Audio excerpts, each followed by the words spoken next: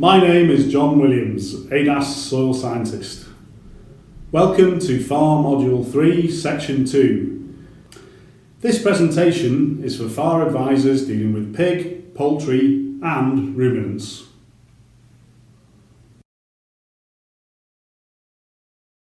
Practical ways to help your livestock farmers to reduce nutrient loss on farm.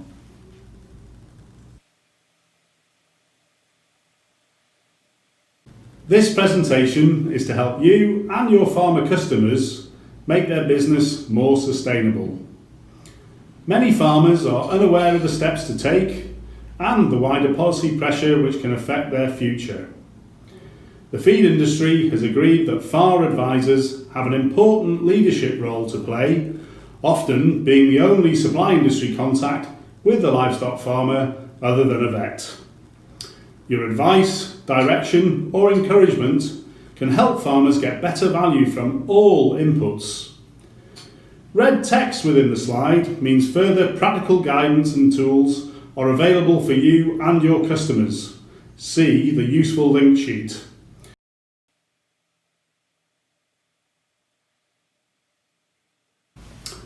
Livestock farming is a leaky system. This presentation will describe some practical methods to help farmers minimise pollution of the air and water environments and maximise production efficiencies. The presentation will highlight the contribution that feed makes to nutrient loadings on farm and focus on soil and manure management.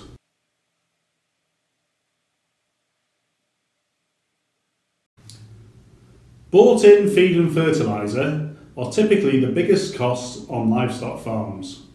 They also have the biggest impact on production and control farming's environmental footprint. Increasing production efficiency is important for farm profitability and to reduce the risks of air and water pollution.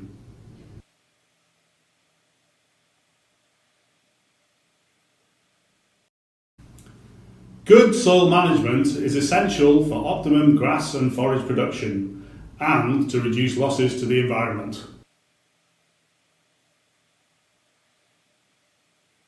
Soil compaction reduces yields and increases the risks of soil erosion and nutrient and sediment loss from fields. Soil compaction usually occurs when soils are too wet to hold the weight of machinery or livestock. The photograph on the left shows good soil structure. The photograph on the right shows a compacted layer. Digging holes to identify the extent of any damage is important to decide how to remedy the compaction. More information is available in the Think Soils Guidance and AHDB Healthy Grassland Soils publications.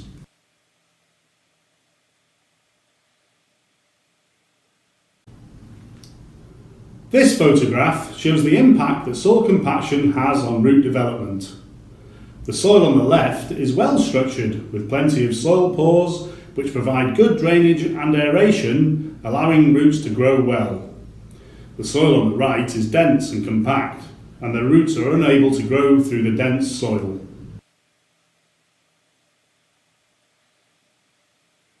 Maintaining soil pH is crucial to ensure that all nutrients are available for plant uptake. Not enough or too much of any nutrient will affect yields and quality. Excess soil nitrogen and phosphorus will also increase the risks of environmental pollution. Soil analysis every 3 to 5 years will help keep a check on soil pH and phosphate, potash and magnesium status.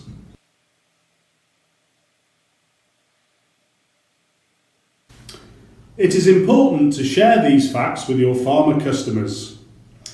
On livestock farms, there is usually enough pea supplied from livestock manures to meet the demand of grass and forage crops. Soil analysis data indicate that 2/3 of fields do not have optimum pH, phosphate or potash levels. Potash and sulphur deficiency is increasingly common in grassland systems.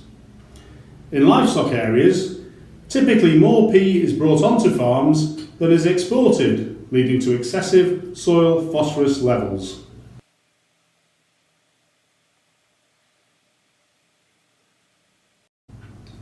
In summary, making the farmer aware of these steps will broaden the advice you give.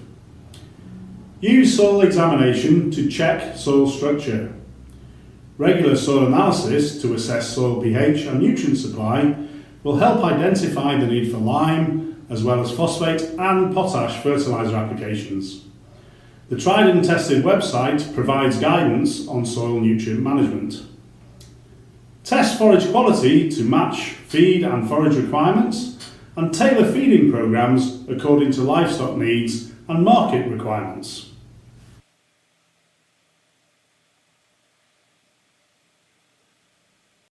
Now we move on to looking at nutrients in more detail, starting with phosphorus.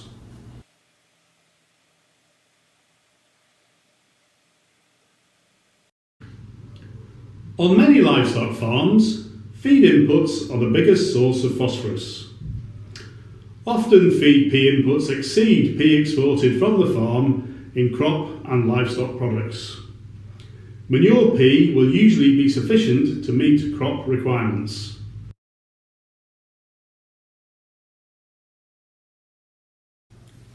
The runoff from livestock yards and manures contains significant amounts of phosphorus that can cause pollution. It is important to prevent polluted water from livestock yards, track runoff, etc. from running directly into watercourses. Soil sediment contains high levels of phosphorus, so reducing sediment loss and erosion is also key to reducing phosphorus pollution. Keeping livestock out of water and minimising poaching and damage to riverbanks are important ways of reducing phosphorus losses.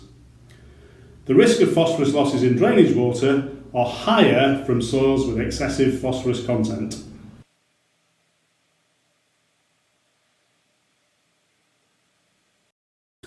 Now let's move on to nitrogen.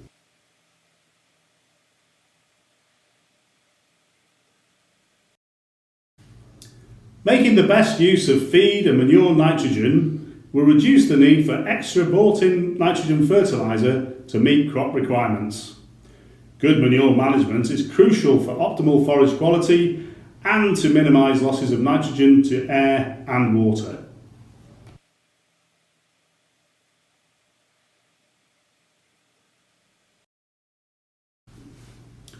Nitrogen can be lost from all stages of the manure management process.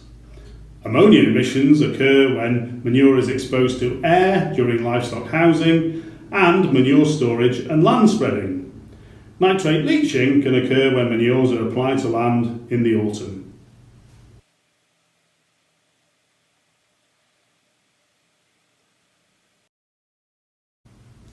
Now we will look at manure management in more detail, starting with housing.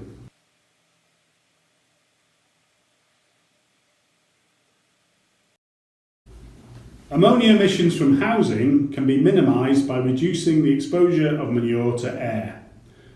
For example, the use of part-slatted floors for pig buildings and the frequent removal of manure in laying hen houses using belt clean systems are effective at reducing emissions. Keeping poultry manure as dry as possible will also reduce losses. The regular cleaning of yards and scraping of passages will reduce the potential for ammonia loss. In mechanically ventilated buildings, it may be possible to install air scrubbers to trap ammonia from air leaving the building.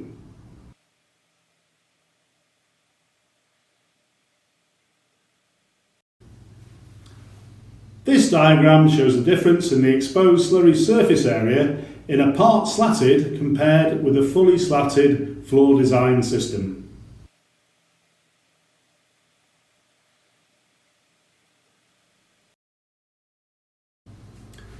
Efficient manure management is the key to reducing losses to the environment and maximising manure nutrient supply.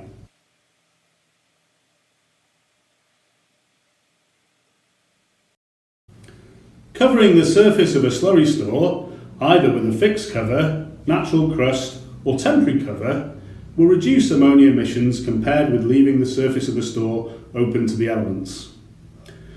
A fixed cover will also reduce the volume of slurry to be stored by keeping out the rain, and reduce slurry spreading costs.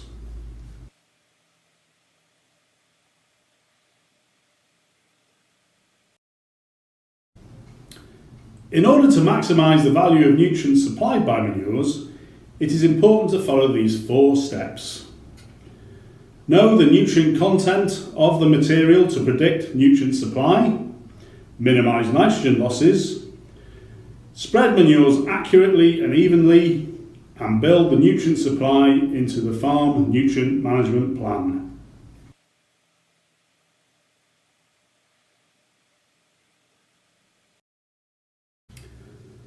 The nutrient content of manures will vary significantly depending on the livestock type, the diet fed to the animals, and the amount of bedding material used. For slurries, the amount of dilution from rainwater and yard runoff will also affect nutrient concentrations.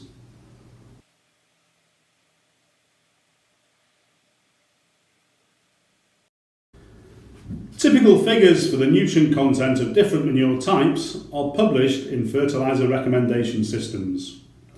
Laboratory analysis can give a more accurate assessment of manure nutrient content, but it is essential that representative samples of the manure are taken for analysis. Slurry nitrogen meters provide a method for analysing the readily available nitrogen content of slurry, and slurry hydrometers provide a method for estimating slurry dry matter content.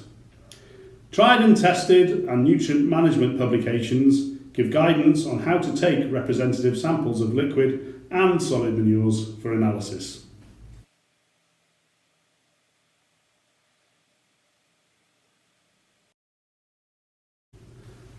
Solid manure applications will usually supply more P and K than is taken off in grass and forage crops.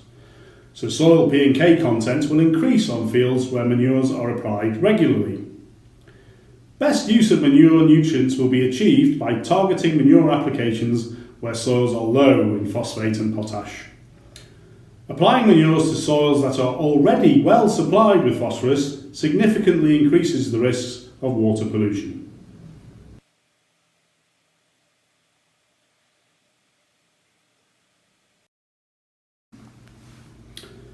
Separation of livestock slurry into solid and liquid fractions can be effective at improving the utilisation of slurry nutrients. The liquid fraction has low dry matter content, high readily available N content, and is low in phosphate. Applications of the liquid fraction from separated slurry will typically not lead to increases in soil P status. The solid fraction contains most of the slurry organic matter and phosphate and should be applied to soils with low P status. The solid material is easier to store and transport than the liquid slurry. Slurry separation can reduce the slurry storage requirement by between 10 and 20%.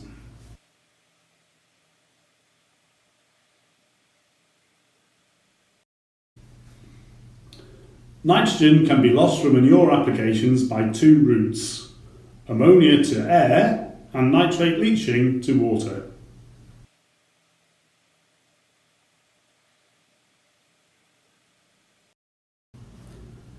Most of the ammonia loss following manure applications occurs within the first few hours. Typically, 25% of the readily available N from pig slurry, 30% from cattle slurry, and around 50% from poultry manure can be lost as ammonia. Factors that affect ammonia losses include the weather in the hours following application and the manure dry matter content.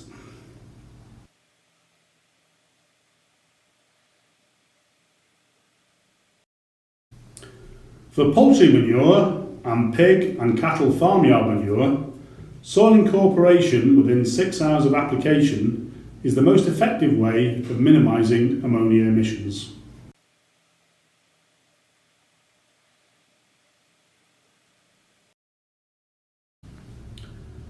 The use of precision application techniques such as trailing hose, trailing shoe and shallow injection equipment will reduce ammonia emissions from slurry applications.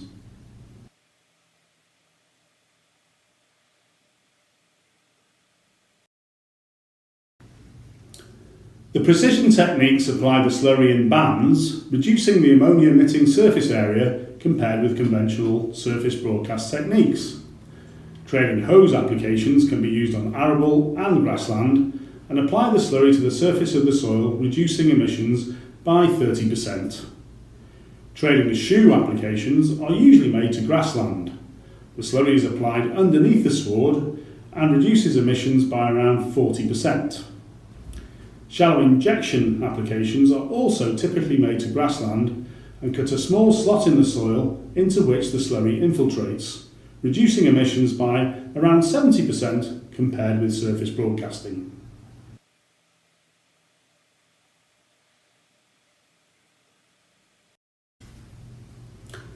Accurate application is crucial to maximise manure nutrient use efficiency.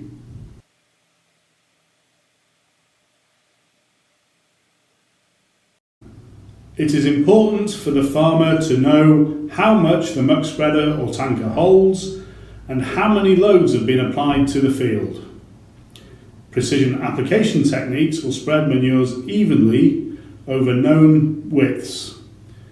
The use of global positioning systems will also identify where manures have been spread. Spring application timings will maximise nitrogen use efficiency by minimising nitrate leaching losses following application. Ensuring that manures are spread at least 10 metres away from a watercourse will also reduce the risk of water pollution.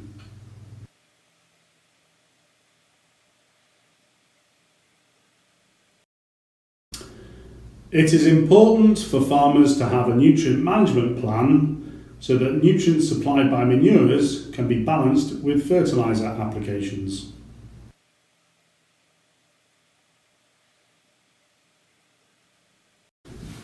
By signposting your farmers to nutrient management guides, you will help them apply the right amount of fertiliser at the right time, in the right place, and account for manure nutrient supply.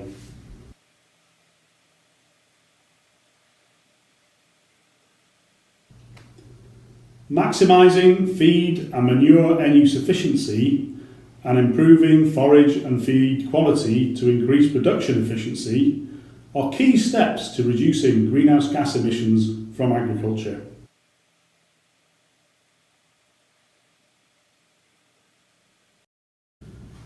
Further information on the topics covered in this presentation is available at the Tried and Tested website. The website has been developed by the industry for the industry to support farmers in their manure, fertiliser and feed management. Many of the resources in this information hub have been tried and tested and written specifically for livestock farmers. Encourage farmers to call 02476 858 896 for free resources. A separate information sheet with the useful links from this presentation will be made available to all FAR advisors.